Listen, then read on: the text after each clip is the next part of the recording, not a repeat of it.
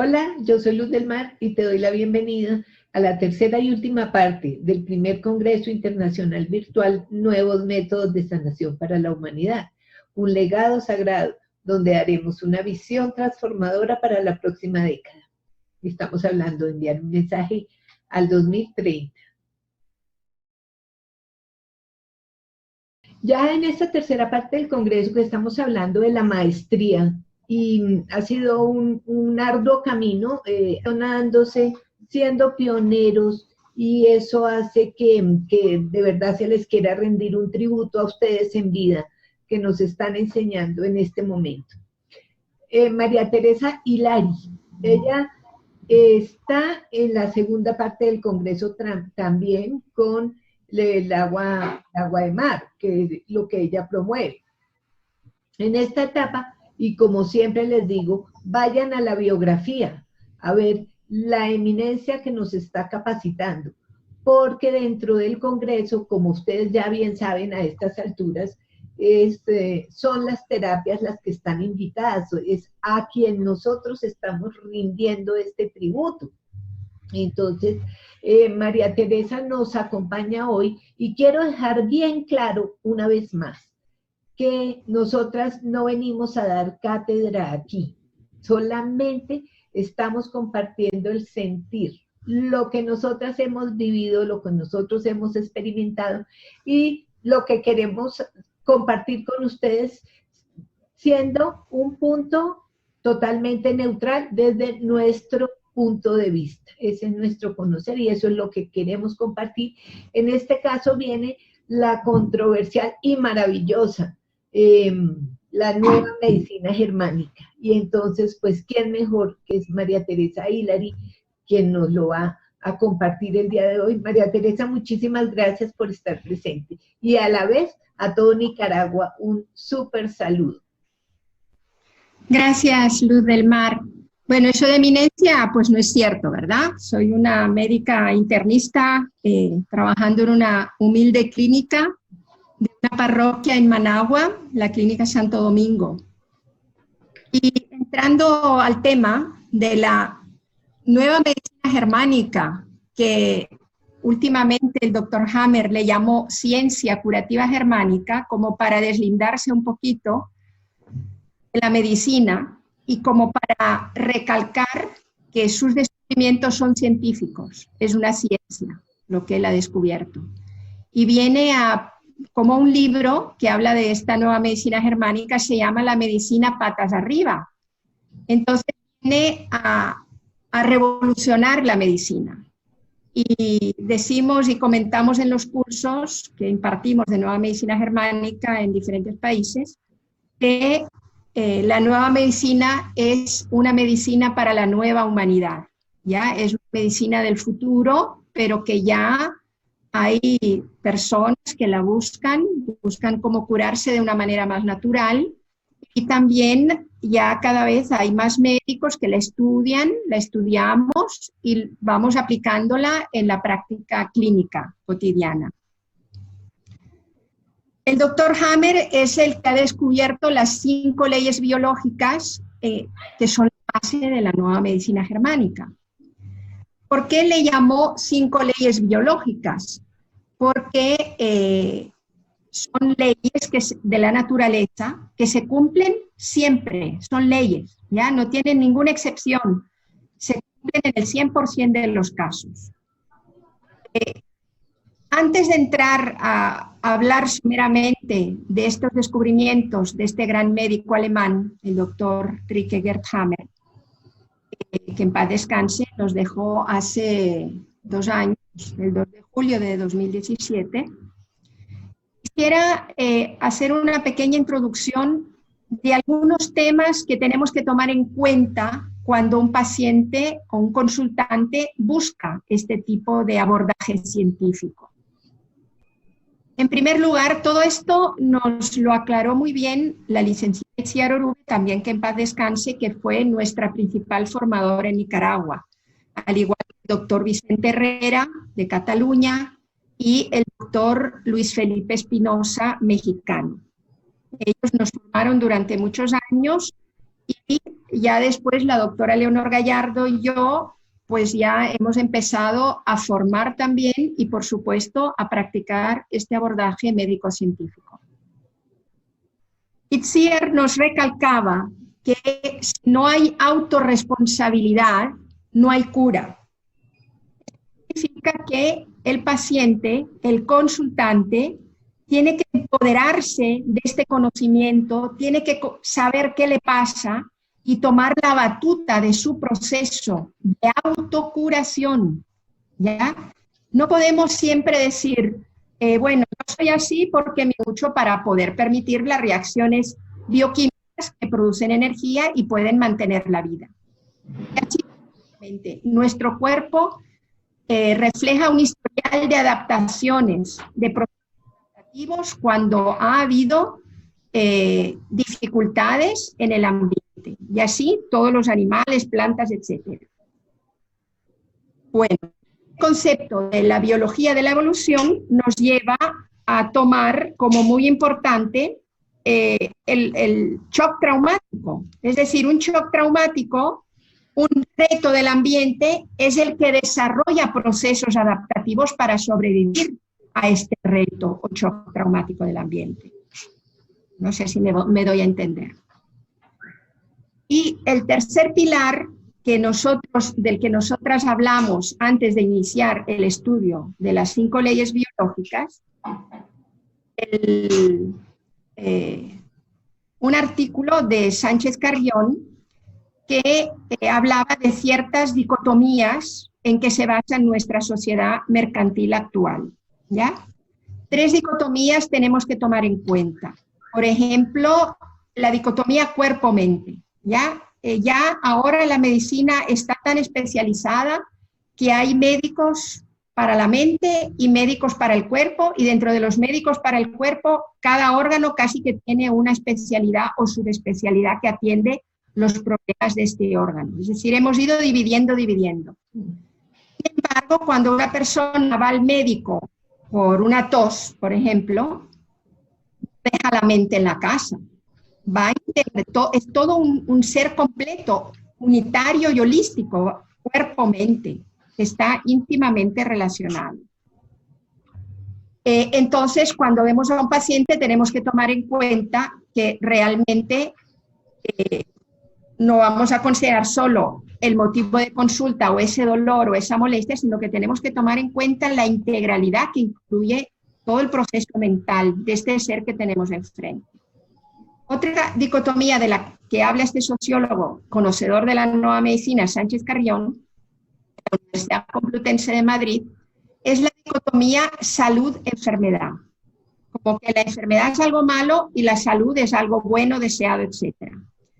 Sin embargo, en nueva medicina, y tal vez nos da tiempo de ver con un poquito de detalle las 5 leyes biológicas, la enfermedad no es algo malo, porque es un proceso adaptativo al shock traumático, aquello que podía comprometer la vida del animal o del ser.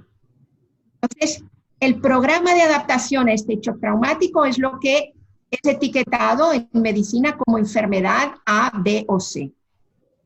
Entonces, por ejemplo, si una persona se rompe un dedito meñique, se fractura una falange de un dedito meñique, es una persona sana o enferma. Ahí hay una molestia, a lo mejor va en consulta. Pero, sin embargo, el resto está totalmente sana, no tiene nada, es una pequeñez. Entonces, esta dicotomía salud-enfermedad, luego vamos a ver al describir las leyes, es algo que no es tan así, ¿ya? Porque la misma enfermedad es una respuesta a shocks traumáticos y parte de un equilibrio que también tiene partes, que algunos síntomas, algunas cosas, pero la persona se siente saludable. Otra dicotomía, tenemos cuerpo-mente, salud-enfermedad y el sabio y el ignorante, ¿ya? Cuando un paciente va al médico, es como que va a consultar al que sabe todo sobre el cuerpo, sobre los órganos, procesos metabólicos, etcétera, Y el paciente como que se pone normalmente en manos del médico. Doctor, tengo eso, a ver qué hace usted por mí. Sin embargo, cuando el consultante va al médico, el médico no sabe nada de esta persona, empezando por el nombre. Le tiene que preguntar, bueno, ¿cómo se llama? Yo me llamo así, se saluda. ¿Y a qué se dedica? Para comprender un poco el contexto en el cual vive este ser. Si es que podemos hacer unas consultas un poquito más detalladas, un poquito más de 5 o 10 minutos. ¿Ya? Ahí tienes que conocer a esta persona también para poder entender aquella molestia o aquel síntoma con el que acude a la consulta, de dónde puede proceder. Entonces, y también los mismos médicos o terapeutas aprendemos de nuestros pacientes. No es el médico sabio ahí arriba que dice, después de Dios usted, dicen algunos pacientes. No es así, porque nosotros aprendemos de los pacientes, de todos sus procesos adaptativos, que son las enfermedades, y el paciente es el que sabe bien de sí mismo, ya de todo lo que le ocurre, su historia, cuando empezó. Y nosotros nos han entrenado y nos han enseñado a hacer un interrogatorio que en medicina llamamos anamnesis para poder indagar todos los detalles del historial clínico de este ser que tenemos enfrente y al que queremos acompañar o ayudar en la medida de lo posible. Entonces, vamos a ver, espero después, que estas tres dicotomías, la nueva medicina las viene a suturar, porque no hay cuerpo por un lado, mente por el otro, somos un ser integral, no hay el que está sano y el que está enfermo, sino que es un continuum salud-enfermedad. Y no hay un sabio ahí arriba y un ignorante aquí abajo que no sabe nada y se pone en manos del sabio, porque quien sabe más de sí mismo es el propio paciente y quien también puede aprender del caso y del desenvolvimiento, digamos, médico del consultante, es el médico también, ¿ya? Y de hecho vamos adquiriendo experiencia a medida que vamos interactuando con más y más pacientes. Dicho esto como un previo, la autorresponsabilidad en la cura, el concepto de la biología de la evolución y el shock traumático que determina procesos, o pictobiológico, le llama el doctor Hammer, que determina procesos adaptativos, que después vamos a ver qué son lo que etiquetamos como enfermedad. Y estas tres dicotomías que la nueva medicina viene a suturar, cuerpo, mente, salud, enfermedad, y el médico y el paciente, o el sabio y el ignorante, con este previo entramos un poquito a revisar la biografía del doctor Hammer, porque en base a lo que él vivió es que hizo los descubrimientos que luego hizo. Él era un especialista en medicina interna, pero tenía otros estudios y otras especialidades. También había estudiado la carrera de física y también era teólogo. Alemán, muy famoso en su época, atendía a gente de la alcurnia, ¿verdad? Había descubierto algunos instrumentos quirúrgicos que todavía hoy se usan en cirugía plástica, en ortopedia, un tipo de camillas que hacen masajes que ahora están muy divulgadas, pero él fue uno de los primeros que pudo crear ese tipo de camillas. Y bueno, él, además de su consulta médica, pues vivía de las patentes de todo lo que había inventado. Ya era un sabio. En tiempos de vacaciones iba a Italia, a barrios pobres, a atender pacientes pobres gratuitamente con la esposa, que también era médica. Y en uno de estos viajes, el hijo que estaba de vacaciones en la isla de Córcega fue mortalmente disparado por el príncipe de Saboya, quien después no se hizo cargo ni se responsabilizó de nada con referencia a este ser. Y pasó como 3 meses grave hospitalizado. Y después de 19 cirugías, el hijo del doctor Hammer murió en sus brazos. Al poco tiempo, él desarrolló un cáncer de testículo y la esposa un cáncer de mama. Eran médicos jóvenes, saludables, bien alimentados, etc. Hizo el razonamiento, bueno, si nos da una enfermedad tan grave como era considerada antes de sus descubrimientos el cáncer, ¿verdad? si nos da esta enfermedad tan grave después de un hecho tan grave en nuestra vida como es la pérdida de nuestro hijo querido, ¿será que tiene que ver la pérdida en sí traumático con la aparición del cáncer en mi esposa y en mí? Entonces, casualmente o sincrónicamente estaba atendiendo, estaba en un servicio de oncología ginecológica y empezó a interrogar a todas las mujeres ingresadas con cáncer y fue viendo y descubriendo que todas tenían antecedentes de shocks traumáticos, todas ellas. Entonces ahí fue gestando su tesis, una tesis doctoral que cada vez iba teniendo más y más casos, que presentó en la Universidad de Tübingen en Alemania, como tesis doctoral, ya tenía otros doctorados, y sencillamente no fue ni aceptada, cosa que la doctora Leonor Gallardo, con la que doy los cursos, una súper experta en nueva medicina, ella dice, trabaja en la universidad, actualmente es la secretaria de la Facultad de Medicina de la UNAM Managua, que es la principal universidad pública y gratuita del país, y dice, es inaudito que la academia, es decir, el ambiente universitario, rechace sin leerla, digamos, sin estudiarla, una tesis doctoral. Bueno, él apeló jurídicamente, etcétera, obligaron a la universidad a huir y a atender a esa tesis doctoral, pero la universidad nunca lo hizo. Y el doctor Hammer empezó a ser perseguido porque él atendía en base a sus descubrimientos. Y la atención en nueva medicina hace innecesaria la quimioterapia, que además tiene muchos efectos indeseables. Además que bota el pelo, náuseas, vómitos, es decir, un sinfín de efectos indeseables que de por sí ya son traumáticos para el propio paciente. Entonces, empezó él a ser perseguido. Llegó un momento que le dijeron que no ejerciera la medicina, habiendo sido un médico muy famoso, muy reconocido en la sociedad alemana. Entonces se dedicó a dar cursos explicando sus descubrimientos y en un momento dado, como en los cursos, a veces hay que dar casos prácticos para que ya vienen médicos, ¿cómo van a entender cómo es el desarrollo de una consulta médica si no ven algún caso práctico? Y además no le dejaban ejercer. Entonces, dando casos prácticos durante el curso, viendo estos casos prácticos gratuitamente, obviamente, durante el curso, los que lo perseguían dijeron que eran consultas encubiertas. Entonces, lo encarcelaron durante más de un año en Alemania.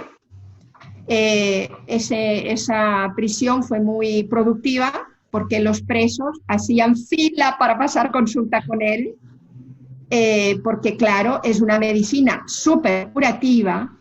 También él pudo descubrir en este ambiente de criminales, ¿verdad?, que no lo era él, por supuesto, pero todos le tenían mucho respeto, pudo descubrir toda la parte psiquiátrica, ¿verdad? Todos estos seres muy agresivos que matan, todos estos seres autistas, los otros, toda la parte psiquiátrica, él pudo entender de qué hechos traumáticos se desarrollaban estos programas de sobrevivencia, que son lo que llamó después constelaciones esquizofrénicas, que abarca todas las enfermedades psiquiátricas.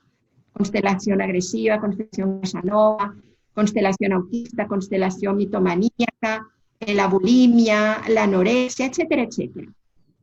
Entonces, fue muy productivo ese tiempo en la prisión.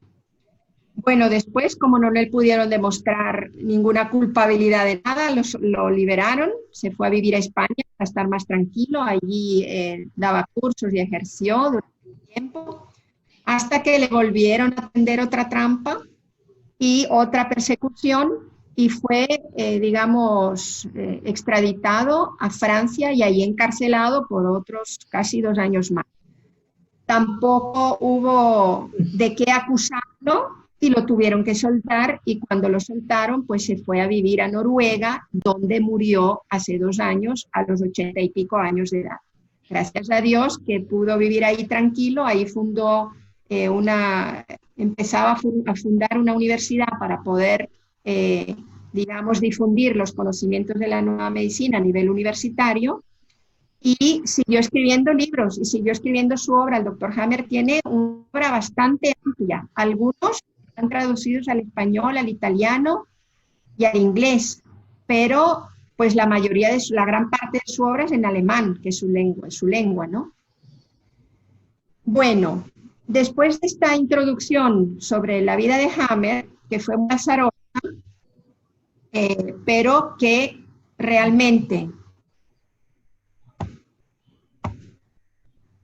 tenemos estos antecedentes que nos permiten explicar, es decir, ¿puedes cortar esto? Es que se me fue la imagen, entonces tuve que recuperarla. El doctor Hammer logró acumular 40.000 casos en los que se iban basando sus descubrimientos, ¿ya? Y fue perfeccionando más y más su obra, las 5 leyes biológicas, todos los casos psiquiátricos, y este legado lo dejó para la humanidad, porque parece que algunos altos mandos judíos intentaron comprarle como marca registrada los conocimientos de la nueva medicina para usarlos solo en el pueblo judío. Pero él se negó. Estos descubrimientos y mi legado son para toda la humanidad, no son solo para el pueblo. Bueno, entremos a las 5 leyes biológicas. Es en lo que se basa la nueva medicina germánica. La primera ley biológica descubierta por el doctor Hammer tiene 3 criterios, ¿verdad?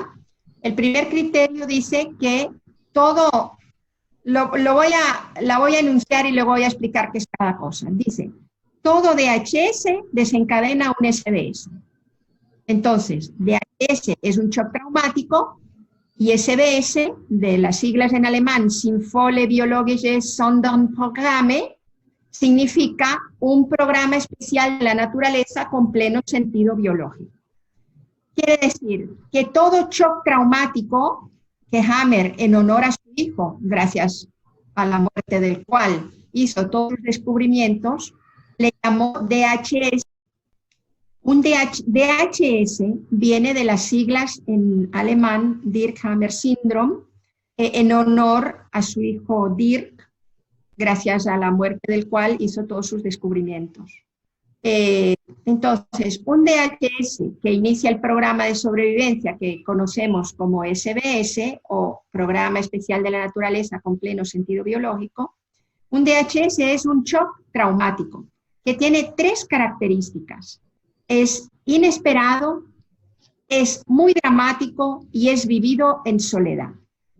De pronto me ocurre que o tengo un accidente, o se muere un ser querido, o me abandona mi pareja, o me calumnian injustamente, o pierdo mi trabajo. Es algo que yo no me he podido preparar psíquicamente para hacerle frente. Es inesperado, no me lo esperaba en este momento. Es muy dramático en mi vida, porque si me quedo sin trabajo, ¿qué voy a comer? Si me quedo sin pareja, a quien tanto amo, me voy a sentir tan sola y abandonada, etc. Es muy dramático para mí, lo vivo dramáticamente, y además lo vivo en aislamiento o en soledad. Es decir, en este momento no tengo con quién compartirlo. Y si después busco con quién compartirlo, a lo mejor no busco a la persona idónea porque no me comprende, me dice, no le pongas mente, si es una tontería, ya te liberas de este hombre que no te convenía y no sé qué, pero no se pone en mi corazón y en mi lugar. Entonces, al no sentirme comprendida y acompañada, también lo vivo en soledad. Entonces, un DHS es un shock traumático, inesperado, dramático y vivido en soledad. Este DHS determina que se inicie un programa, pero es algo que no es pensado, es una respuesta biológica inmediata, ¿ya? Mediada por el cerebro. Entonces, es mediada por el cerebro porque este impacto psíquico, ¿verdad? Inmediatamente cuando yo lo vivo, impacta una zona específica del cerebro y un órgano que es controlado desde esta zona específica del cerebro, ¿ya? Porque el doctor Hammer descubrió una cartografía cerebral donde vio qué parte del cerebro está correlacionado y comanda el funcionamiento de cada órgano o de cada tejido de nuestro cuerpo. Y esta cartografía él la tiene descrita en su obra y tiene unas tablas donde esto sale muy bien explicado. Entonces, este impacto en el cerebro, si nosotros tomamos un TAC cerebral o una tomografía axial computarizada sin contraste, podemos apreciar unas imágenes concéntricas, ¿ya? Como en diana, como del tipo al blanco, como en diana. O como cuando tiramos una piedra en un lago muy tranquilo, vemos unas ondas expansivas, ¿no? Pues así, concéntricas. Pues así es la imagen que se puede ver a veces más fácilmente, a veces más difícilmente, en la zona del cerebro que fue impactada por el DHS o shock traumático. Entonces, este DHS inicia un programa de la naturaleza que impactó una zona del cerebro y el órgano comandado desde esta zona del cerebro también queda impactado y ahí también hay focos de Hammer si pudiéramos tener una tomografía en este momento de este órgano.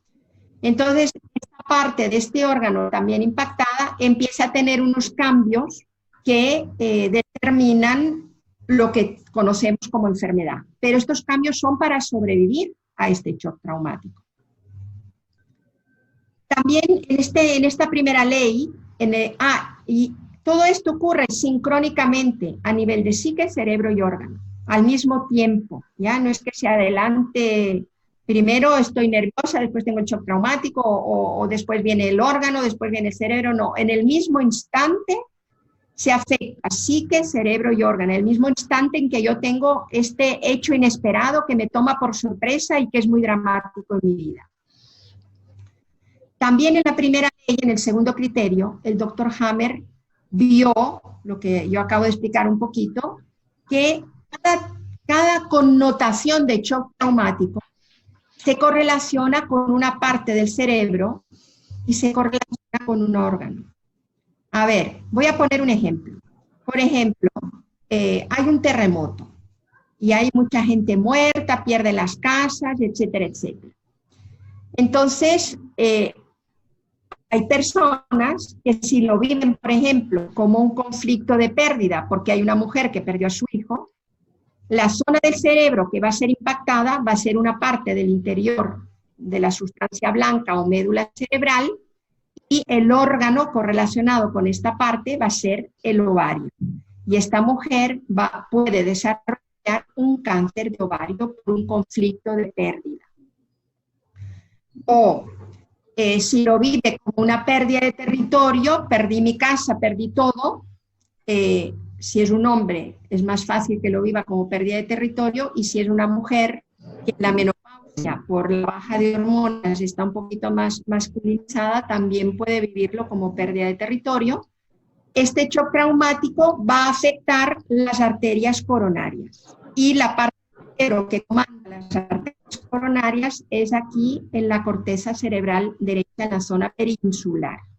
¿Ya? Si la persona vive como un conflicto de separación, porque se llevaron a los niños a una escuela, ella está en un refugio, etcétera, pues se va a afectar la piel, porque la piel es el órgano que permite el contacto de unos seres con otros. Y el foco de Hammer lo vamos a encontrar en el homúnculo sensorial, aquí en la corteza cerebral arriba. O si la persona lo vive, por ejemplo, como una sensación de abandono, lo he perdido todo y un conflicto existencial, entonces le va a afectar la parte del riñón que conocemos como túbulos colectores de riñón.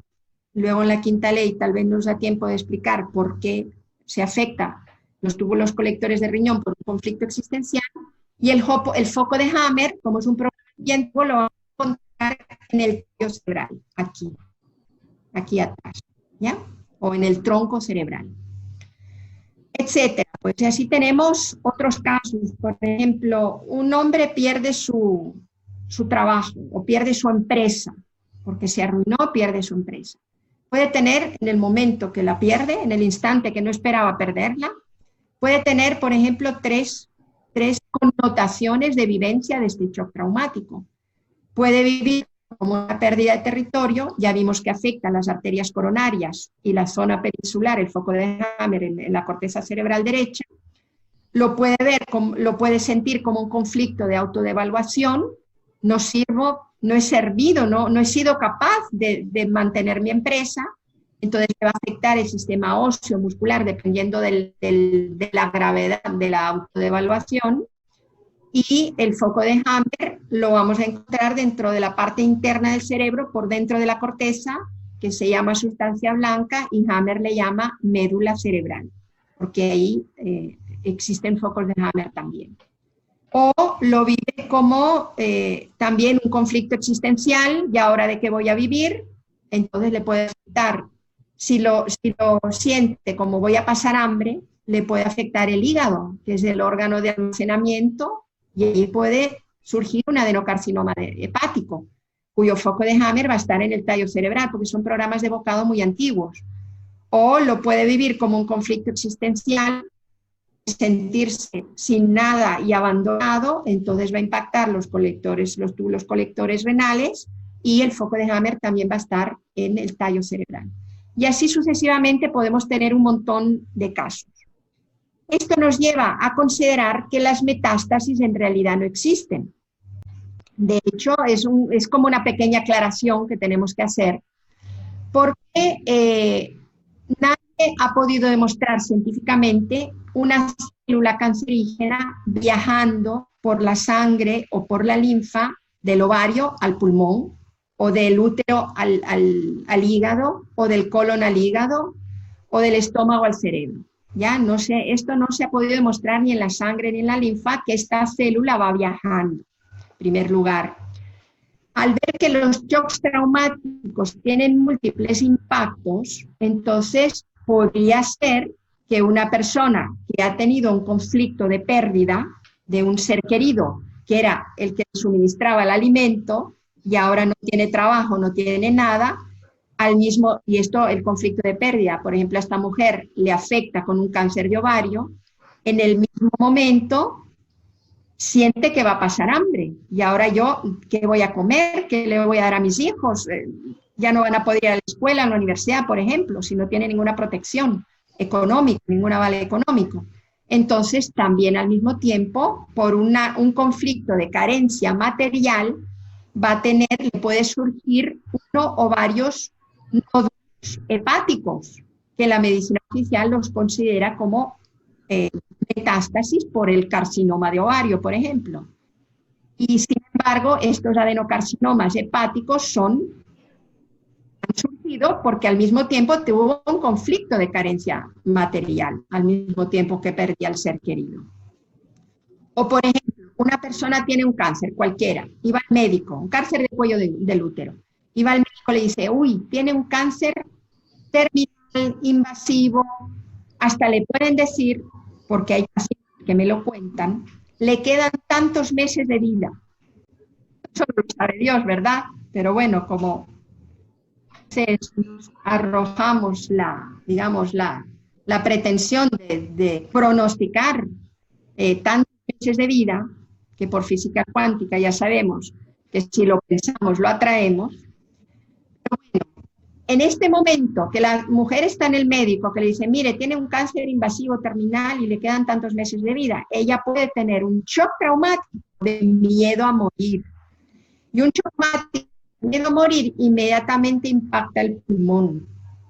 Porque ante la muerte inminente, se multiplican los pulmonares para poder captar más oxígeno y prolongar, digamos, las últimas expiraciones, como poder prolongar la vida al tener nuestras células más oxígeno. Son respuestas muy ancestrales, de animales muy antiguos.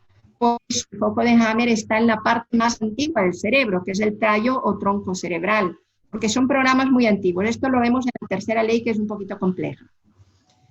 entonces las metástasis no existen, son nuevos shocks traumáticos, o simultáneos del primero o sucesivos después del primero. A veces por el lenguaje médico también.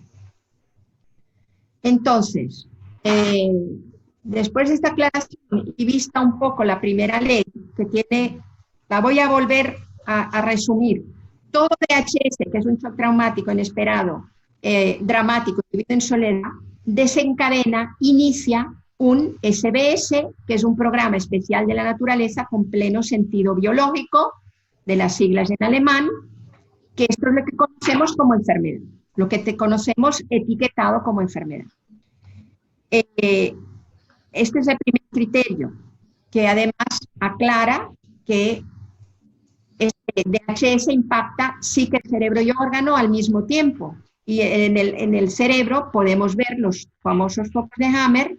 Si hacemos en los TAC cerebrales, en los escáneres cerebrales, pues se practican radiografías de cortes del cerebro así. Entonces ahí se pueden ver estas imágenes en diana. Y además todo este proceso sincrónico, cada parte del programa va al mismo tiempo, psique, cerebro y órgano. Este es el tercer criterio de la primera ley. Pasamos a la segunda ley. La segunda ley es la ley bifásica de todos los programas, de todos estos SBS o programas especiales de la naturaleza. Esta ley bifásica dice que todo SBS tiene dos fases, pero con la condición de que se haya resuelto el conflicto, ¿ya? De que haya habido una solución del conflicto. Lo que el Dr. Hammer le llama conflicto lícito. Si se resuelve el conflicto, el programa pasa a una segunda etapa y termina, ¿ya? El conflicto, el programa llega a un momento que termina y la persona queda curada. Entonces, la base, digamos, de la curación en nueva medicina es resolver el conflicto para que el programa, que es bifásico, que tiene dos fases, pase a la segunda fase y terminada la segunda fase, la persona quede curada. No son tan importantes los medicamentos como resolver el conflicto que originó este tumor, esta diabetes, esta psoriasis, esta enfermedad. Para entender un poco las dos fases, es una fase, la primera fase se llama de conflicto activo porque la persona todavía no ha resuelto el conflicto y está muy nerviosa con aquello que le sucedió, la pérdida del ser querido, la pérdida de la empresa, la difamación que le hicieron, etc. Y la fase es una fase que la persona ya está tranquila porque ya resolvió el conflicto. Ya todo pasó, ya el estrés pasó, entonces por fin puede descansar. Terminada la segunda fase, que tiene un proceso, la persona queda curada. Claro, tiene que resolver el conflicto para poder quedar en algún momento curada. Y además, médicamente, tenemos que vigilar ciertas fases que pueden ser peligrosas. Para eso estamos los médicos, ¿verdad? Para acompañar y vigilar que el paciente no corra peligro en ningún momento de este programa de la naturaleza, que es un programa lógico de la naturaleza. Pero puede correr peligro en ciertas fases si el conflicto activo duró demasiado y fue demasiado grave en su vida, ¿ya? Entonces, la naturaleza tiene este programa de sobrevivencia, pero no el animal, porque nosotros estamos heredando estos programas del reino animal, del reino de los mamíferos, etc. Y los programas son aplicables en animales, plantas y en humanos. Entonces, el animal que tarda meses y años en resolver un conflicto de pérdida de territorio o cualquier tipo de conflicto de un animal, no es viable en la naturaleza y se acaba muriendo. Así es, en la naturaleza. No es viable. Perdió su territorio y un lobo solo muere si no tiene territorio, porque la vida la mantienen viviendo en manada, ¿ya? Entonces, en los humanos, si el conflicto activo dura tanto, el cuerpo se va complicando tanto, que en la fase de reparación, después de resuelto el conflicto, si lo resuelve, puede haber fases muy peligrosas y hasta morir, ¿ya? Porque son casos que en la naturaleza no son viables. Bueno, hay que hacer los cursos más mínimos que damos duran 2 semanas, 8 horas cada día, ¿verdad? Más los casos prácticos que pueden durar un día o 2 más.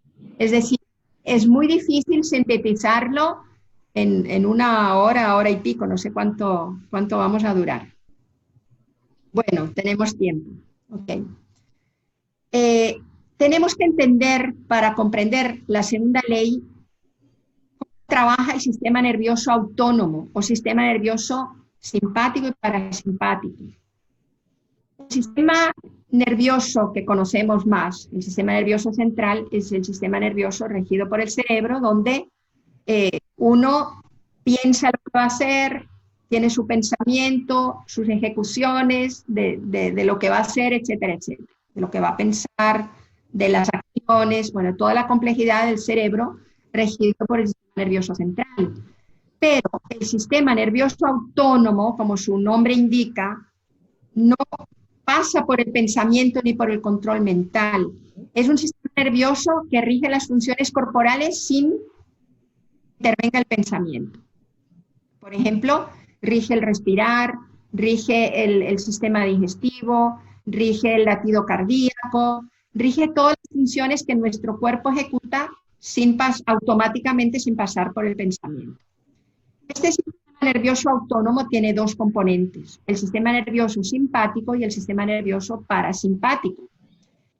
El sistema nervioso simpático es el sistema llamado del estrés, porque la persona cuando tiene una situación peligrosa puede responder peleando, defendiéndose, puede responder huyendo o puede responder haciéndose el muerto. Pero sí está en estrés ante esta situación peligrosa, este animal, ¿verdad? Este estrés amerita que necesita más sangre en todos los músculos para poder huir o pelear, entonces aumenta el latido cardíaco, aumenta la respiración, se corta la digestión porque no se va a poner a comer y a digerir, sino que lo que tiene que hacer es pelear o huir. Ya, por ejemplo, el conejito que está huyendo del zorro o del lobo. Esto es el sistema, este estrés es regido por el sistema nervioso simpático, que es el sistema nervioso autónomo que predomina durante la fase de conflicto activo, cuando el consultante, el animal o el ser no ha resuelto el conflicto y está estresadísimo por lo que le pasó. Entonces, esta persona, durante la fase llamada de conflicto activo, tiene taquicardia, es decir, está predominando el sistema nervioso simpático, ¿verdad? Tiene taquicardia, aumenta la frecuencia respiratoria, aumenta el azúcar en la sangre para poder tener más azúcar en los músculos y poder pelear o poder huir más rápido. Le aumenta un poquito la presión arterial para que llegue la sangre mejor a toda la musculatura y poder huir más rápido, etc. ¿Ya? Hay una serie de características de la simpaticotonía o el predominio del sistema nervioso simpático. El humano, y también probablemente los animales, no soy experta en esta parte, significa que el paciente no come porque está solo pensando en lo que le pasó, pierde el apetito, si pierde el apetito pierde peso, no duerme maquinando lo que le pasó, que es una defensa de la naturaleza el no dormir para tener más horas de vigilia para poder encontrar una solución a eso que le ocurrió.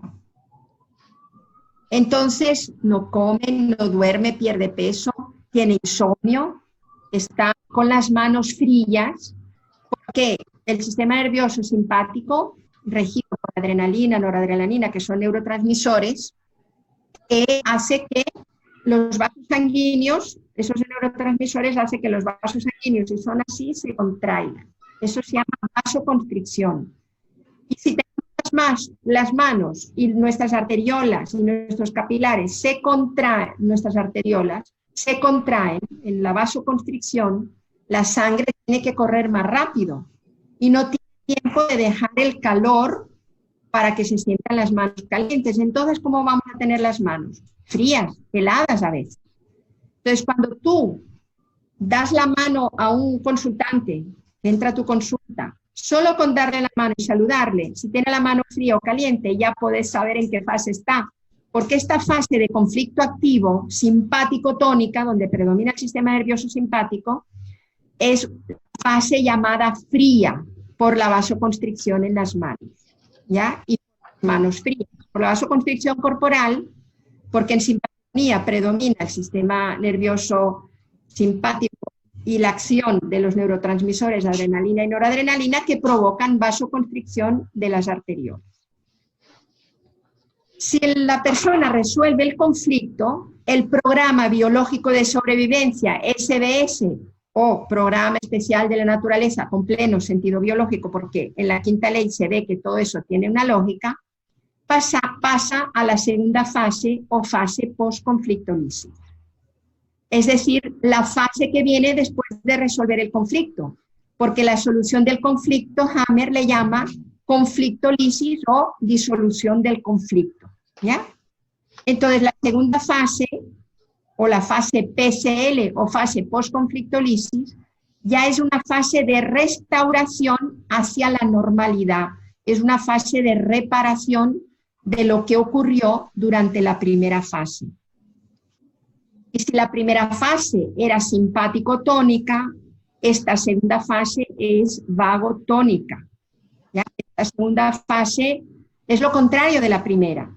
El sistema nervioso que predomina ahora es el parasimpático, que como está regido principalmente por el nervio vago, se llama fase vagotónica, o para no decir parasimpático-tónica, que parece un trabalenguas.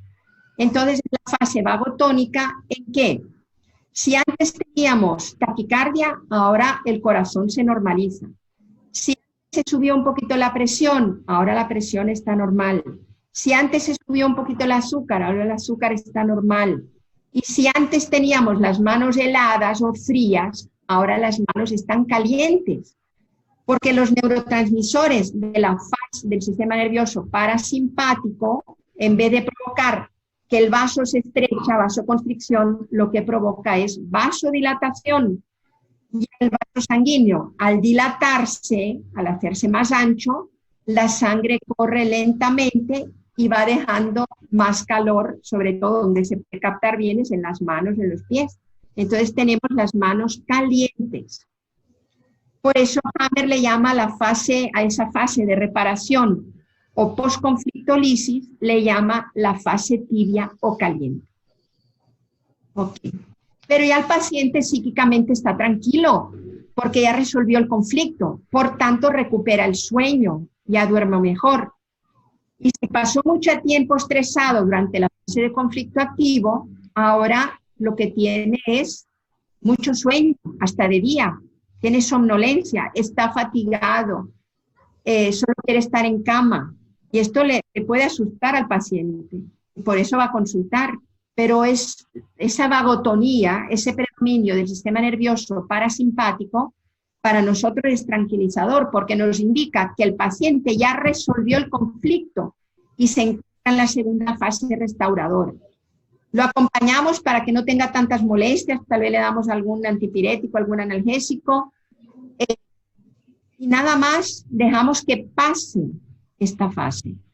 Y normalmente, por ejemplo, es la fase de las itis, ya donde se inflama en las amígdalas, donde se inflama la nariz, la amigdalitis, rinitis, faringitis, conjuntivitis, otitis, dermatitis, gastritis, hepatitis.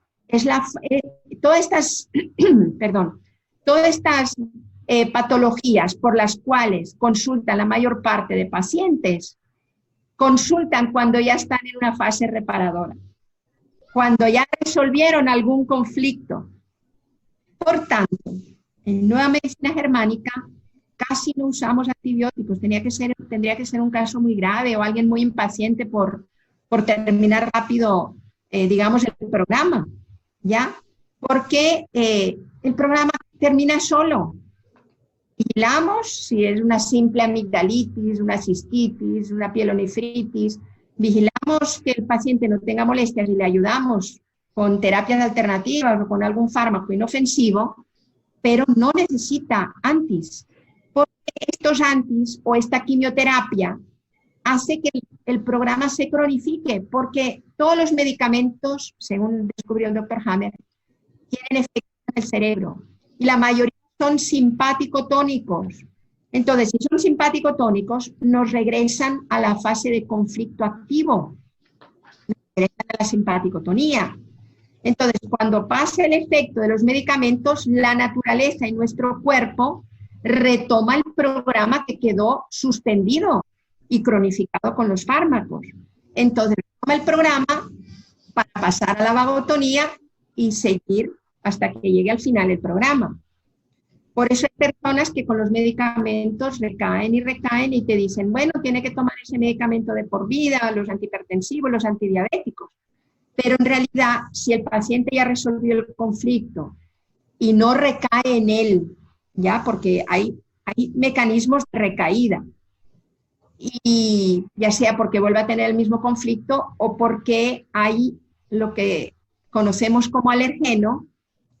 Hammer vio que en el momento del DHS es como si se tomara una foto de aquel momento, en el inconsciente queda una foto.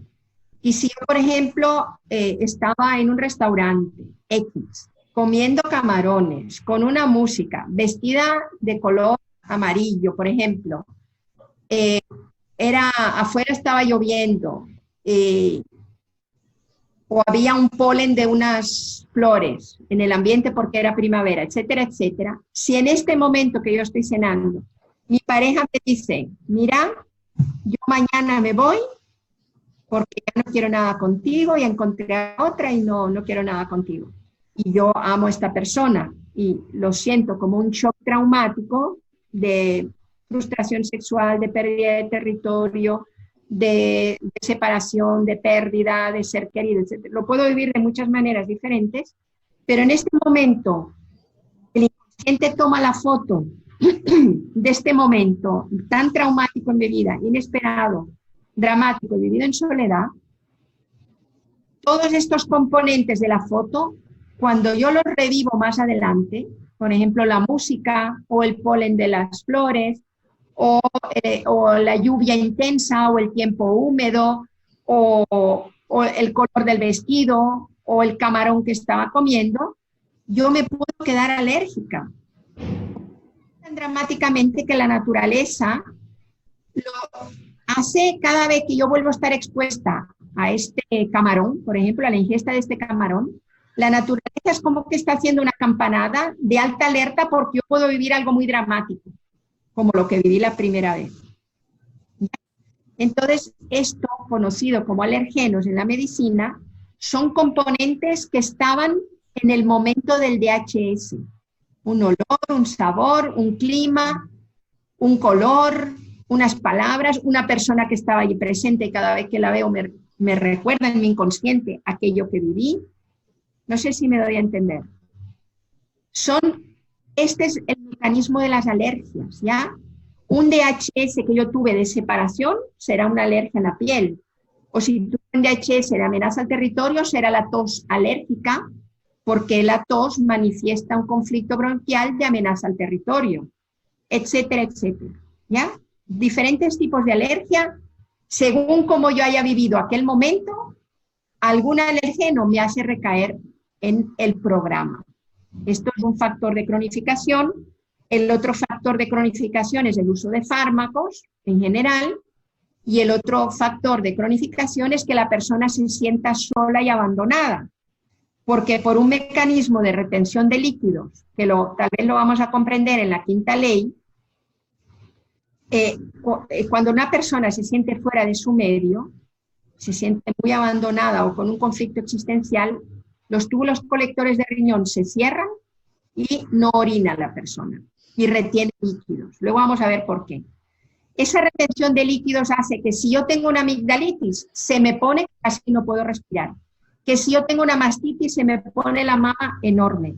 Que si yo tengo una faringitis, se me pone la faringe toda inflamada. O si yo tengo una conjuntivitis, todo el ojo rojo y solo lagrimeando, lagrimeando.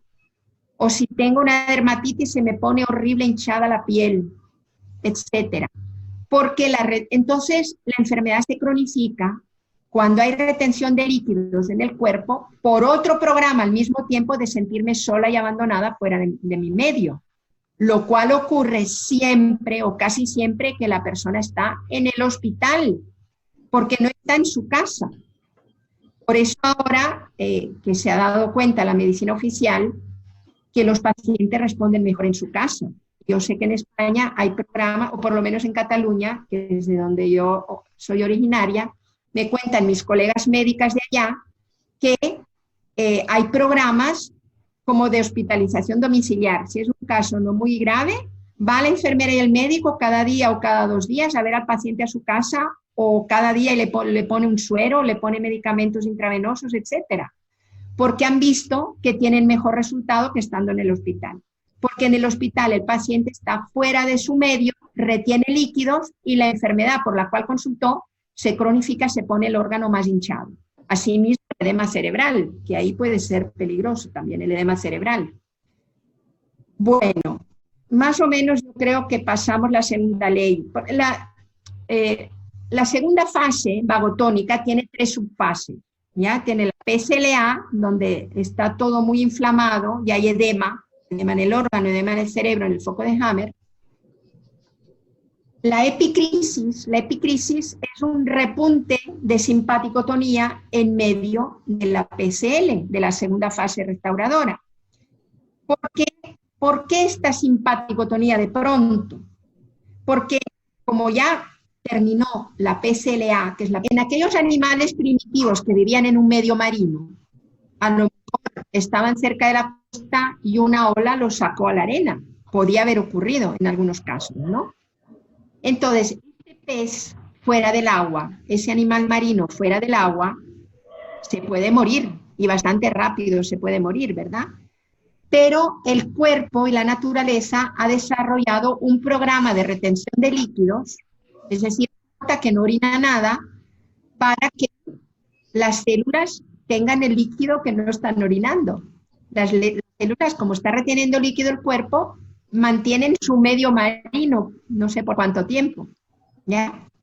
Entonces, ese programa ocurre en el ser humano, el conflicto de colectores de riñón, de retención de líquidos, cuando la persona se siente sola, abandonada o fuera de su medio, exiliado, prófugo, aquel viejito que vive solo y abandonado, aquella persona que tiene tantas deudas que ya no sabe de qué va a vivir, que su existencia depende de que no tiene dinero para pagar nada. En muchos casos de insuficiencia renal, porque cuando esto es muy grave, el paciente con tanta retención de líquidos puede entrar en una insuficiencia renal por un conflicto muy grave de abandono, soledad, sentirse solo o un conflicto existencial. Entonces, por eso es que las personas retienen líquidos y les puede subir la creatinina. La creatinina, ¿por qué sube? Porque un animal fuera del agua no tiene que comer allí en la arena, entonces degrada sus propios músculos. Obtiene proteínas de su propio cuerpo. Y esto provoca, la misma creatinina son proteínas que puede reutilizar para mantenerse con vida no sé cuánto tiempo mientras exista el conflicto existencial. Entonces, por eso un paciente con un conflicto, por lo menos 2 conflictos existenciales muy graves, puede entrar en insuficiencia renal y retener líquidos.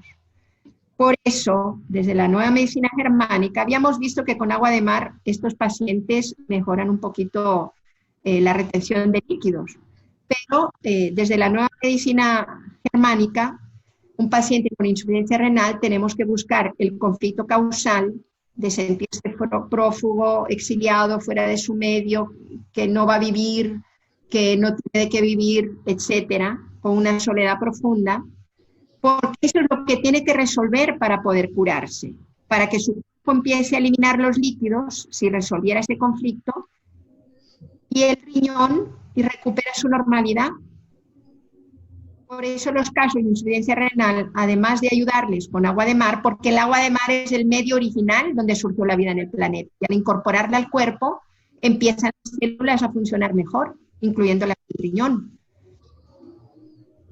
Hay que, resolviendo el conflicto, de colectores de riñón, se puede resolver una insuficiencia renal sin necesidad de diálisis. Y tenemos muchos casos en Nicaragua y casos internacionales que han sido alumnos nuestros o que han oído que han podido dejar la diálisis con el agua de mar y resolviendo el conflicto de colectores de riñón. ¿Ya? Estando en diálisis la han podido dejar. Ahí están los testimonios, ellos están dispuestos a compartirlo con alguien que les pregunte, ¿ya? Porque yo no tengo tiempo, yo no doy consultas por internet, solo de presencia física y en Nicaragua. Entonces, cuando alguna persona me pregunta, yo les digo, bueno, pues les doy este contacto de WhatsApp, hablen con ellos y que les explique cómo hicieron para poder dejar la diálisis y resolver su insuficiencia renal, ¿no? Entonces, todos los programas, si vamos viendo enfermedad por enfermedad, que la enfermedad es un programa de sobrevivencia, todos los programas tienen un sentido biológico. Por ejemplo, el adenocarcinoma de mama. Cuando una mujer, por ejemplo, está de la mano de su hijo, a punto de cruzar la calle, se le escapa el niño, viene un carro, un coche, y lo atropella y ve la sangre, ella en ese momento tiene un shock traumático, inesperado, dramatiquísimo. Su hijo, vivido en soledad, ahí no va a empezar a decir, ay, mi hijo con el que tenga al lado, sino que se va directa a ver qué pasa con su hijo, lo está viviendo en soledad. Inmediatamente con este DHS de preocupación por el hijo, de preocupación en el nido, empiezan a multiplicarse las células de la glándula mamaria y un foco de Hammer en la parte correspondiente del cerebelo.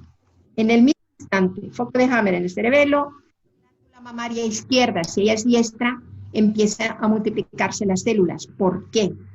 Porque en el mundo animal, si a una leona viene un depredador y le quita un cachorro, ¿no? Ella va a desarrollar el mismísimo programa. Ella está acumulando leche por si puede recuperar al cachorro de las garras del depredador, para que con esta leche y todas sus inmunoglobulinas y todos sus nutrientes, este cachorro muy lastimado pueda recuperarse y sobrevivir, ¿ya? Entonces, en el humano, en la mujer, si ella está muy preocupada por algún ser querido en el nido, ya sea madre e hijo o ya sea pareja en la otra mama, en la mama derecha si es diestra, ella desarrolla un adenocarcinoma de mama. Pero cuando este niño que lo hospitalizaron grave, etcétera, ya de alta, curado del hospital, curado del atropello, de todos los desbarajustes que tuvo en su cuerpo, ella ya resuelve el conflicto, ya está tranquila, entonces el tumor deja de crecer.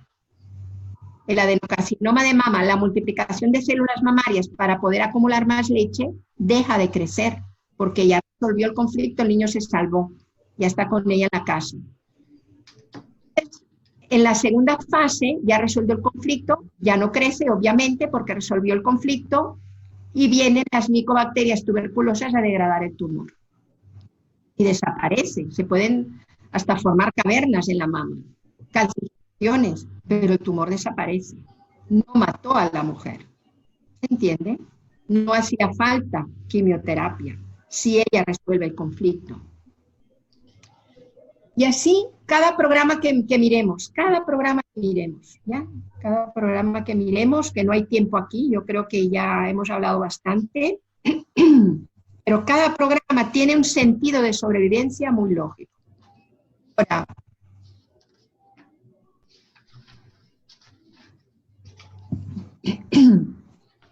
quisiera resaltar algunos grandes descubrimientos de este prócer, de este gran genio médico como fue el Dr. Hammer.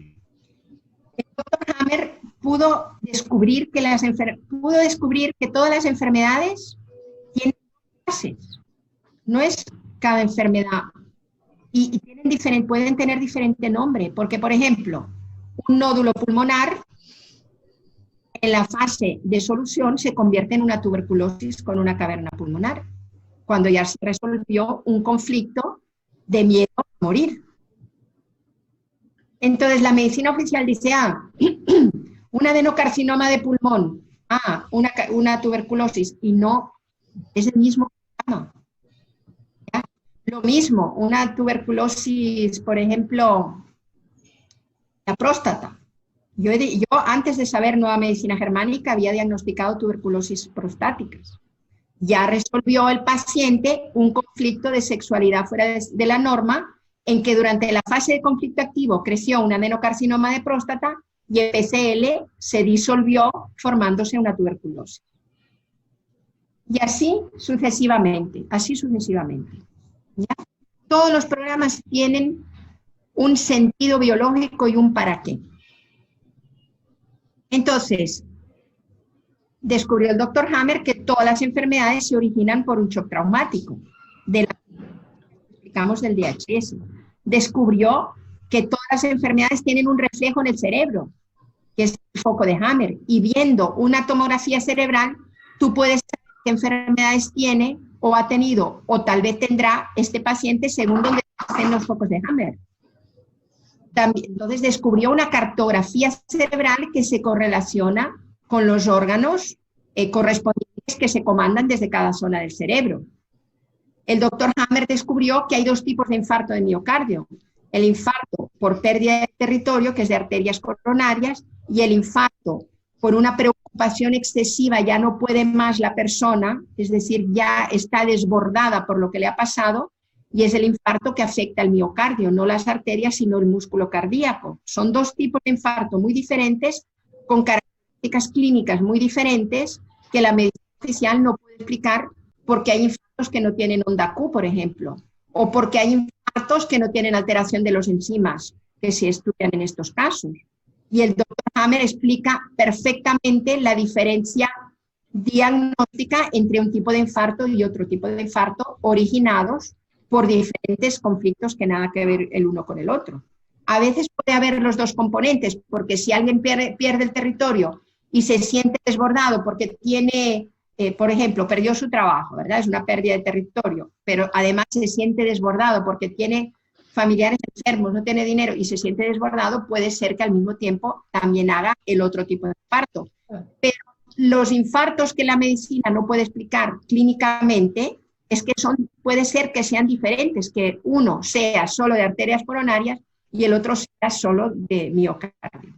También descubrió toda la etiología de las enfermedades psiquiátricas, en lo que él llama constelaciones esquizofrénicas. Cuando hay focos de Hammer en los dos lados del cerebro, sucede, para sobrevivir a tantos conflictos gravísimos, una enfermedad llamada psiquiátrica. Pero en realidad tiene un origen conflictual, de varios conflictos al mismo tiempo, y se forma una constelación de focos de Hammer, que Hammer le llama constelaciones esquizofrénicas. Y ahí se describen todas las enfermedades psiquiátricas. Es difícil de resolver porque hay enfermedades, digamos, hay conflictos que no tienen solución, de estos de territorio tan graves, ¿ya? Por eso es más fácil en nueva medicina abordar un cáncer que abordar una enfermedad psiquiátrica. Claro. Entonces tienen que tomar en cuenta muchos elementos muy sutiles y muy delicados en cuanto a manejo médico también, ¿ya? Y bueno, ¿qué otros descubrimientos? El doctor Hammer, otro descubrimiento que hizo es correlacionar la capa embrionaria de la cual deriva cada órgano y tejido de nuestro cuerpo con el tipo de programa y connotación de shock traumático y con la zona del cerebro que gobierna los órganos y tejidos derivados de tal capa embrionaria, ¿ya? Por tanto, órganos y tejidos muy antiguos, derivadas de endodermo y mesodermo antiguo, del embrión. El embrión son los primeros 17 días de la vida en el vientre uterino, ahí se forman ya las capas embrionarias que van a dar origen a todos los órganos y tejidos de nuestro cuerpo. Pues estos programas tan antiguos, que son órganos y tejidos que derivan de endodermo y mesodermo antiguo del embrión, son regiones del cerebro antiguo. Tallo cerebral, las que derivan del endodermo, y cerebelo, las que derivan del mesodermo antiguo. Y tienen un comportamiento muy especial estos programas, según vimos en la tercera ley. Luego, también vio que los órganos y tejidos derivados de la capa embrionaria mesodermo nuevo y ectodermo, reflejan los programas digamos, más modernos del animal que ya está en el territorio y los programas ya de control y miedo en el territorio, que son los que están regidos por la corteza cerebral y los que son un poco más antiguos por la médula cerebral, que es el cerebro nuevo. Y estos programas tienen un comportamiento muy específico, como vimos en la tercera ley, ya que en la fase del conflicto activo pierden células y en la fase de solución regeneran el tejido y aparecen pseudotumores o carcinomas, osteosarcomas, etc. Esto es un gran descubrimiento porque nadie había correlacionado estos elementos. La etapa evolutiva de la especie, las embrionarias con cada etapa evolutiva y los programas biológicos y la zona del cerebro que controlan estos órganos y estos tejidos.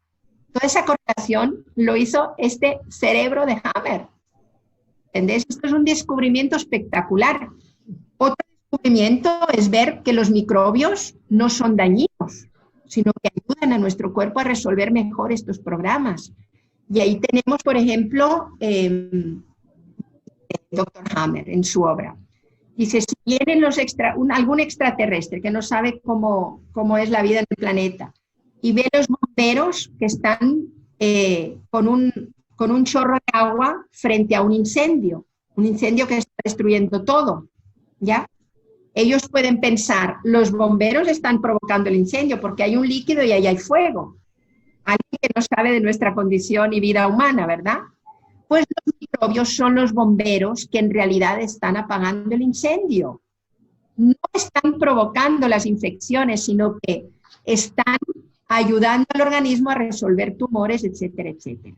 Este es un enorme descubrimiento del Dr. Hammer que tiene muchas implicaciones médicas y muchas implicaciones de medicina, de programas de salud también, esa comprensión de políticas de salud, ¿ya?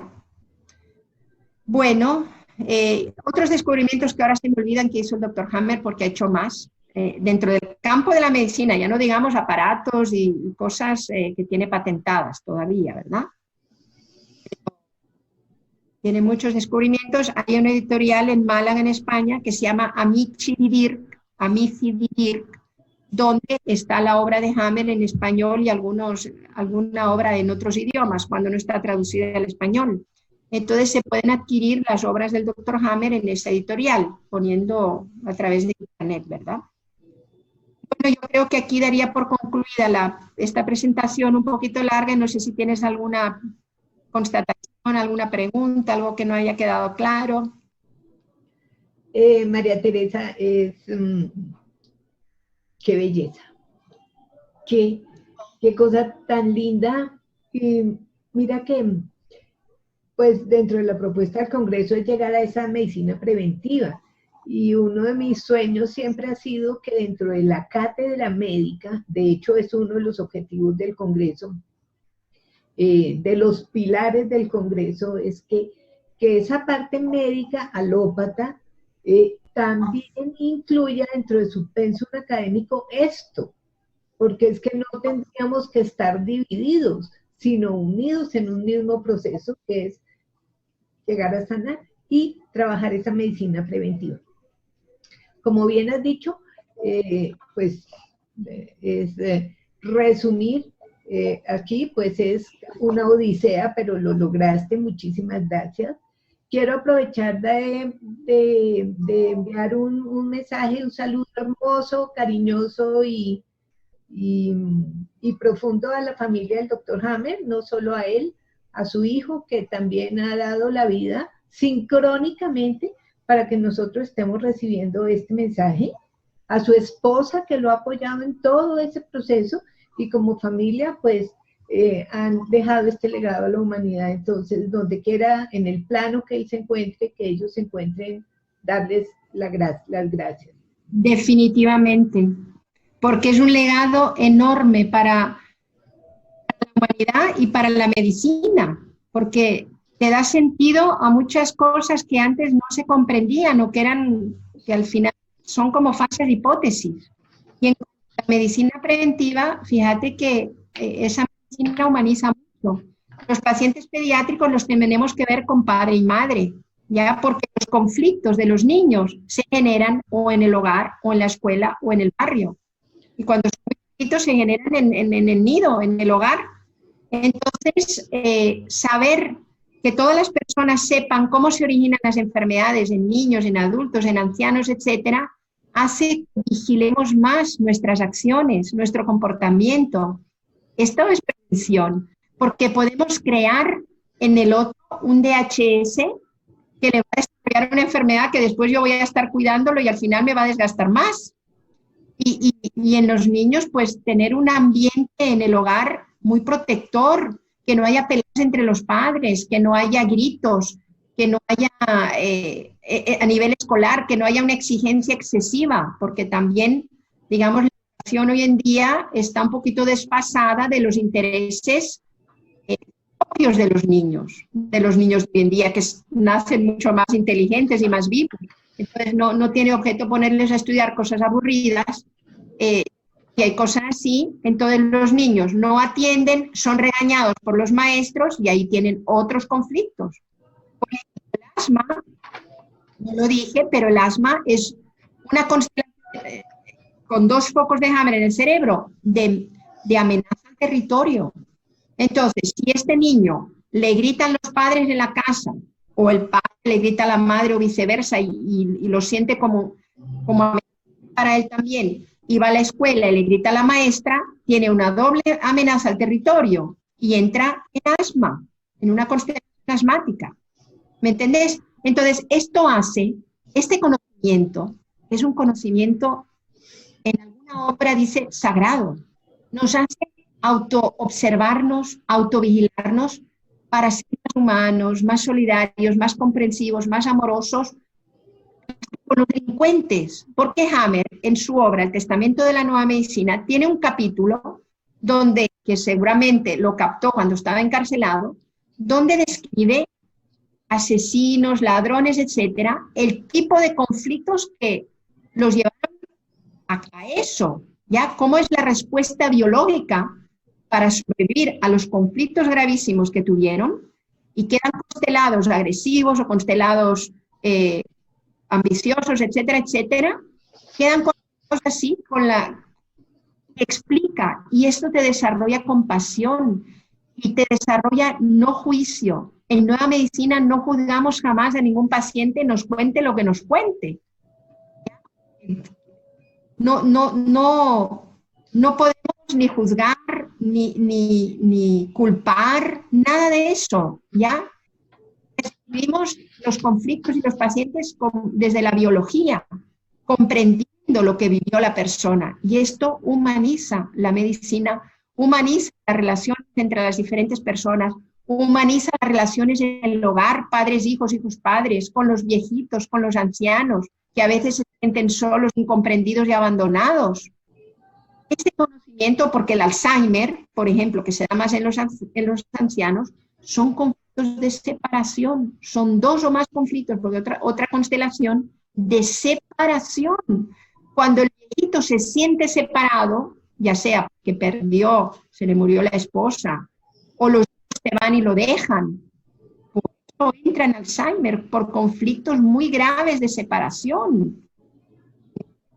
Entonces, este conocimiento humaniza, no solo hace más científica la medicina, un abordaje más lógico y científico, sino que humaniza la sociedad, las relaciones entre los humanos, la relación médico-paciente, la relación terapeuta-paciente se humaniza, además de más científica, es más comprensiva, más sin juicio, más acompañadora de ese hermano que sufre, que yo lo comprendo desde la biología y lo acompaño para que él mismo o ella misma resuelva su conflicto y su programa. Hay que ampliar eso, porque es, de alguna manera, además de humanizar la sociedad, hace actuar como medicina preventiva, porque los conflictos vamos a tener siempre, más en una sociedad capitalista, deshumanizada, gente muy pobre, gente que pasa hambre donde vivimos, ¿verdad? Pero nadie nos quita los conflictos de diferente índole. Pero con este conocimiento podemos prevenir un poco, actuar, por lo menos yo, actuar diferente, ¿ya? Porque sé que si yo grito a este niño, o si yo le hago una mala jugada, o tengo envidia, porque la envidia son conflictos, digamos, de contrariedad territorial. Si yo actúo así, voy a dañar a mí misma o voy a dañar al otro y voy a desarrollar enfermedades. Entonces, me autoobservo, me autovigilo y tengo una actitud un poquito más humanizante, más solidaria, más hermanable, y la verdad que me enfermo menos. Esa es la realidad. Y logro que otros que conviven conmigo tal vez se enfermen menos también. Por eso también medicina preventiva. Claro, porque es que si todos conocemos, en este momento, por ejemplo, que tantos seres están recibiendo toda esta información, si nos quedara claro que cada situación que yo vivo me puede generar un conflicto, pero si estoy en esa autoobservación, yo resuelvo mi conflicto antes de entrar en esa etapa simpaticotónica para no tener que ir. Lo intentas resolver. Claro, fluye. Lo intenta resolver. No todos tienen solución. Y no hablamos de esto porque si se te muere un ser querido, eso no tiene solución. Pero mentalmente o espiritualmente puedes degradar la intensidad del conflicto. Ya, y decir, con Dios, o ya acabo de sufrir, o yo qué sé, haces un razonamiento mental que te desapega un poquito del ser querido y lo sueltas un poco más. Claro, porque el dolor, el impacto siempre va a estar, solo cómo lo vivimos. Yo he atendido pacientes, yo tengo consulta online hace muchos años, más de 15 años. Uno de mis primeros casos era un duelo de 5, 6, 7 años con relación a la madre. Entonces, pues si yo tengo esta información clara, lo más probable es que evolucione mucho más rápido ese proceso de duelo. ¡Claro! Claro. Y otro tema muy importante es compartir, porque una de las 3 características del VHS es inesperado, dramático y vivido en soledad. Lo inesperado y lo dramático no lo puedes resolver, pero si buscas con quién compartir, a alguien que te comprenda lo más pronto posible, le vas quitando masa conflictual y por tanto la enfermedad o el programa de sobrevivencia se va a desarrollar menos. Compartir es muy importante, compartir es sanar prácticamente. Claro. Por eso se puede llegar a regular, reparar y restaurar mucho más rápido el proceso. Claro. Una pregunta, aquí hay, por ejemplo, hay como impactos incubados, algo que me sucedió de infancia, de pronto pueda venir a aparecer a mis 50 años. No, es decir, un niño que nace con enfermedades congénitas, que es otro descubrimiento del Dr. Hammer, tuvo impactos o DHS en el vientre materno. O los tuvo la madre o los tuvo él o ella en el vientre materno. Porque está tan simbiótico el feto en el vientre de la madre que los impactos que tiene la madre le afectan también como DHS al feto. Entonces, por eso pueden nacer con enfermedades congénitas que se cree que son hereditarias o congénitas, pero no, hubo un impacto. Y el doctor Hammer descubrió también cómo el síndrome de Down, la madre, durante el embarazo estuvo expuesta a ruidos muy fuertes, que pueden ser gritos o pueden ser máquinas o pueden ser fábricas. Entonces, el feto, ¿cómo lo vive en el vientre materno? El feto vive el ruido muy fuerte, como un depredador, el león que ruge. ¿Qué hace un animal ante un depredador? Huye, ¿verdad? Como no puede huir porque está en el vientre materno y está el ruido, y está el ruido, y está el ruido, tiene un doble impacto de tinnitus por un ruido fuerte que no quisiera huir y de motricidad porque no puede huir. Entonces, Hammer ha visto que los síndromes de Down tienen ese historial en varios casos durante el embarazo de las madres. Entonces, él ha logrado con niños con síndrome de Down, diciéndole a los padres, eviten que este niño tenga ruidos fuertes, hasta ponerles orejeras, por ejemplo. no le priven el movimiento espontáneo a este niño para que no tenga otros conflictos motores de no poder salir, poder correr. Estos niños, por epigenética probablemente, han cambiado la facies de síndrome de Down y se miran niños prácticamente normales, con estas medidas que ejecutan los padres, sabiendo que tuvo un conflicto de ruido muy fuerte y de motor de no poder huir durante el embarazo, el feto, durante que la madre estuvo expuesta a todas estas agresiones, digamos, ambientales, ¿no? Bueno, yo entiendo que en ningún momento se trata de que sea una contraparte a la parte médica. Precisamente lo que yo comprendo del proceso es que es un complemento a esa parte médica, porque hay la medicina alópata no la vamos a poder quitar jamás. Eso es importante que quede claro en la audiencia, en lo que se está planteando, y en qué caso sí es impajaritable utilizar la medicina alópata, doctora. Mira, la medicina actual, con todos los adelantos técnicos, humanos, etcétera, que tiene, es importantísima, sobre todo de cirugías, microcirugías, ortopedia, urgencias, cuidados coronarios, ¿ya? Pero creo, mi especialidad es medicina interna, que hay que reformular la medicina interna, ¿verdad? Hay que reformular la pediatría, que es la misma medicina interna en niños, y hay que reformular definitivamente la oncología, ¿ya? Porque hay estudios oncológicos que demuestran una sobrevivencia muy baja a la quimioterapia, del rango del 2%, un metaanálisis que hicieron 3 oncólogos australianos, comparando la respuesta en Estados Unidos y en Australia, casi un de casos salían en este metaanálisis estudiados de cánceres. Se vio que sobrevivía el 2,1% en Estados Unidos y el 2,3% en Australia a los 5 años. Este estudio fue publicado por estos 3 oncólogos en una revista oncológica. Entonces, hay que evaluar, ¿verdad? Porque en nueva medicina es al contrario.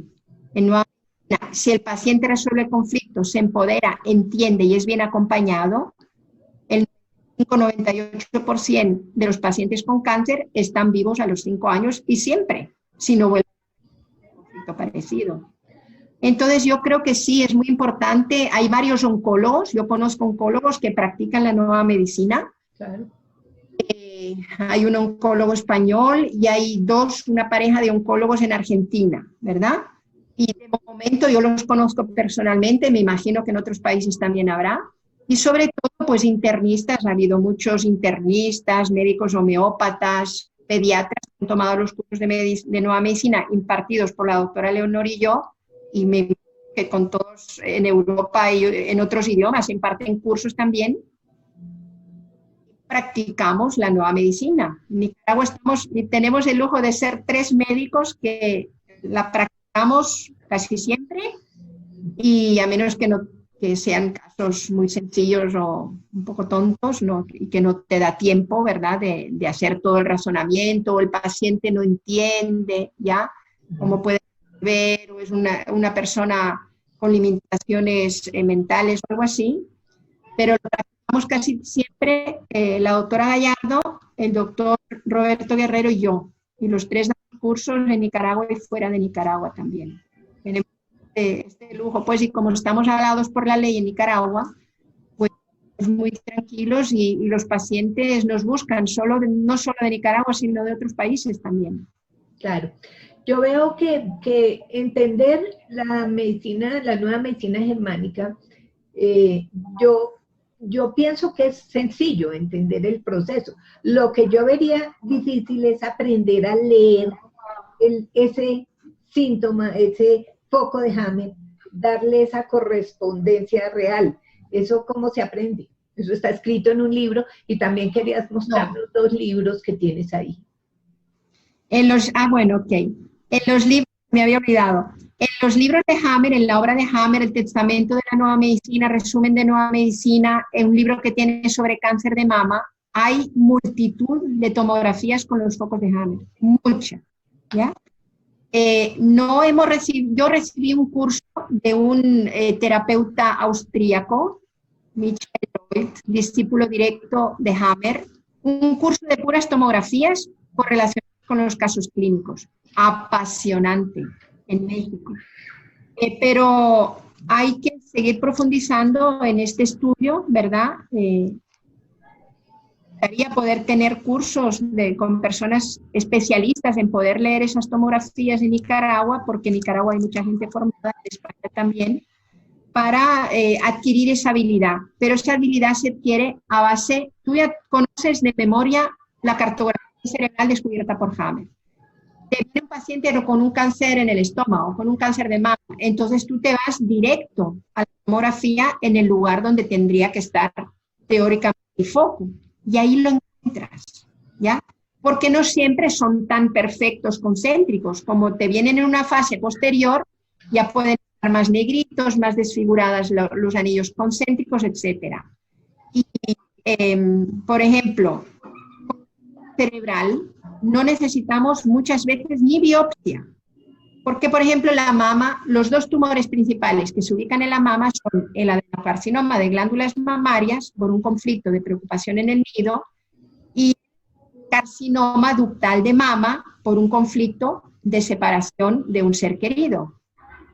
Entonces, el foco de Hammer del adenocarcinoma de mama lo puedes encontrar en el cerebelo, y el foco de Hammer del carcinoma ductal lo puedes encontrar en el homúnculo, en la corteza cerebral. Es una localización del foco tan diferente que te da diagnóstico diferencial sin necesidad de lastimar a la mujer con una biopsia, porque hay biopsias un poquito más agresivas que les quitan todo el tumor o así, que hemos visto que por ataque a la integridad de la mama, encima de la herida de mastectomía o encima de la cicatriz de la biopsia, crece un melanoma por un ataque a la integridad en esta zona. Crece un tumor. Entonces, la medicina oficial cree que es un tumor súper maligno, pero tuvo un conflicto de ataque a la integridad por mastectomía. La mujer se siente desfigurada, como atacada, ¿entiendes? Entonces, tiene toda su lógica y nos permite hacer menos cirugías, ¿ya? Siempre, si hay una obstrucción por un adenocarcinoma de colon intestinal, tenés que operar, pero tal vez no vas a operar quitando tanto colon, tal vez solo la parte del tumor, ya si hay una obstrucción, o si hay una semiobstrucción, vas a intentar que se resuelva el conflicto de colectores de riñón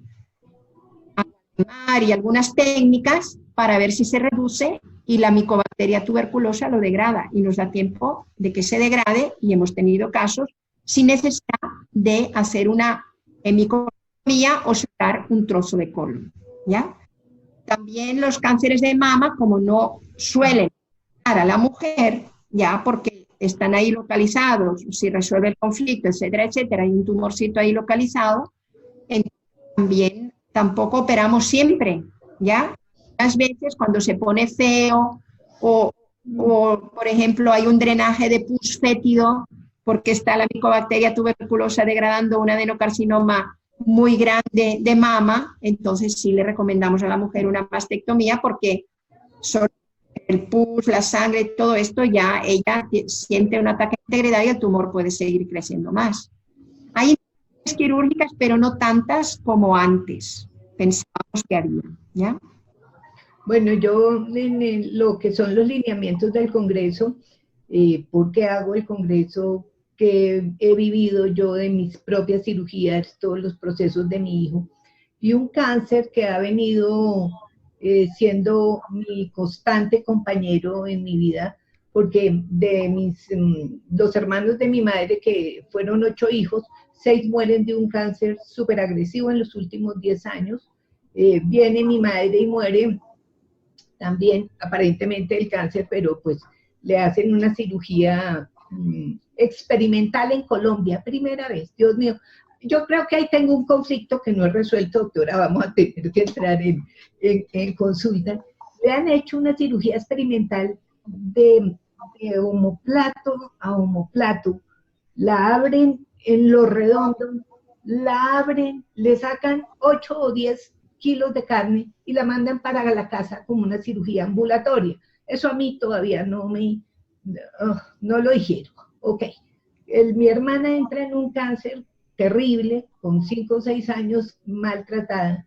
Finalmente aparece el cáncer de mi padre, que ya está mayor, deprimido, viejo, y entonces yo le digo, oiga viejo, no se opere, o sea, ya, ¿para qué? De todas maneras se va a morir, más bien, entre en un proceso de aceptación, haga lo que tiene que hacer, y efectivamente es menos traumático el cáncer en mi padre, lógicamente, porque no lo trató con esta quimio. Y otra cosa también que tocaste, los enfermos mentales,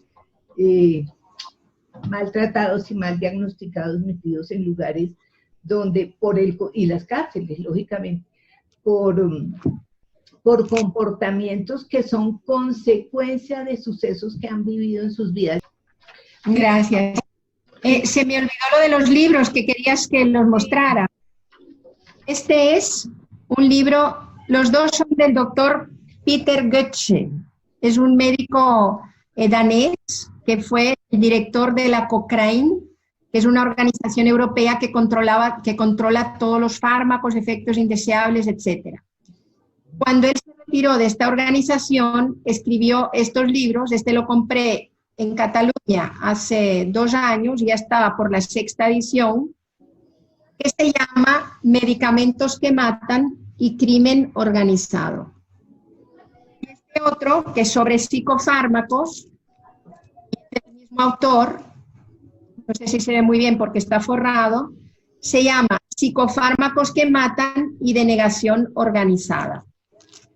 Entonces, viendo que en Estados Unidos, según las estadísticas cuentan, la tercera causa de muerte son los fármacos, entonces tenemos que estar muy atentos, ¿verdad?,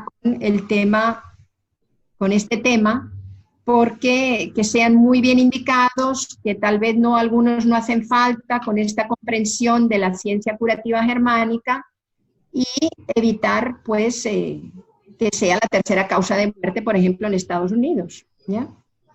Bueno, finalizando ya para irnos, yo me quiero quedar como con algunas cositas personales, que son procesos de supervivencia y que esas reacciones nos lleva a comprender que somos mutantes, que somos holísticos y que tenemos necesidad de estarnos adaptando constantemente.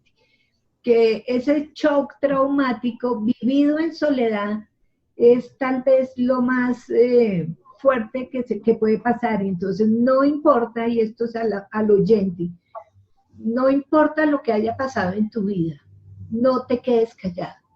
Escríbelo, compártelo, dilo, porque en ese momento estás moviendo ese foco de Hammer inmediatamente. Entonces nunca te quedes callado, pase lo que pase.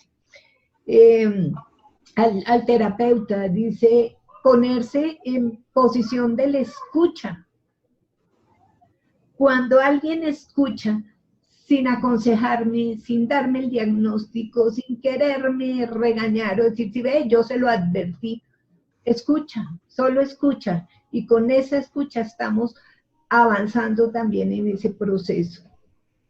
Que tenemos una cartografía, que es un impacto en el cerebro, impactado por ese shock traumático, y también está impactando ese órgano. Entonces hay una conexión directa internamente, porque va a la psique, al cerebro y al órgano, y eso es lo que hace que esto sea dramático, que son los llamados focos de Hammer, que funciona a nivel animal de las plantas y los humanos. Que la clave es encontrar el origen, ahí va, y es uno de los objetivos del Congreso, el segundo, porque son 3. Buscar el origen. Cuando encontramos el origen tenemos la solución de la situación. Finalmente, que somos un milagro ambulante, no nos damos cuenta y vivimos en esa alta magia, donde respiramos y resulta que también estamos llenos de heridas y cicatrices que no las vemos, pero cada situación ha sido un trauma, solo que se han ido movilizando internamente y que finalmente esos bomberos que son los microorganismos son los que nos van haciendo el favor permanentemente de sanarnos. ¿Sí es correcto? Así es, muy bien entendido. Dios te bendiga, María Teresa. Es un honor Igualmente.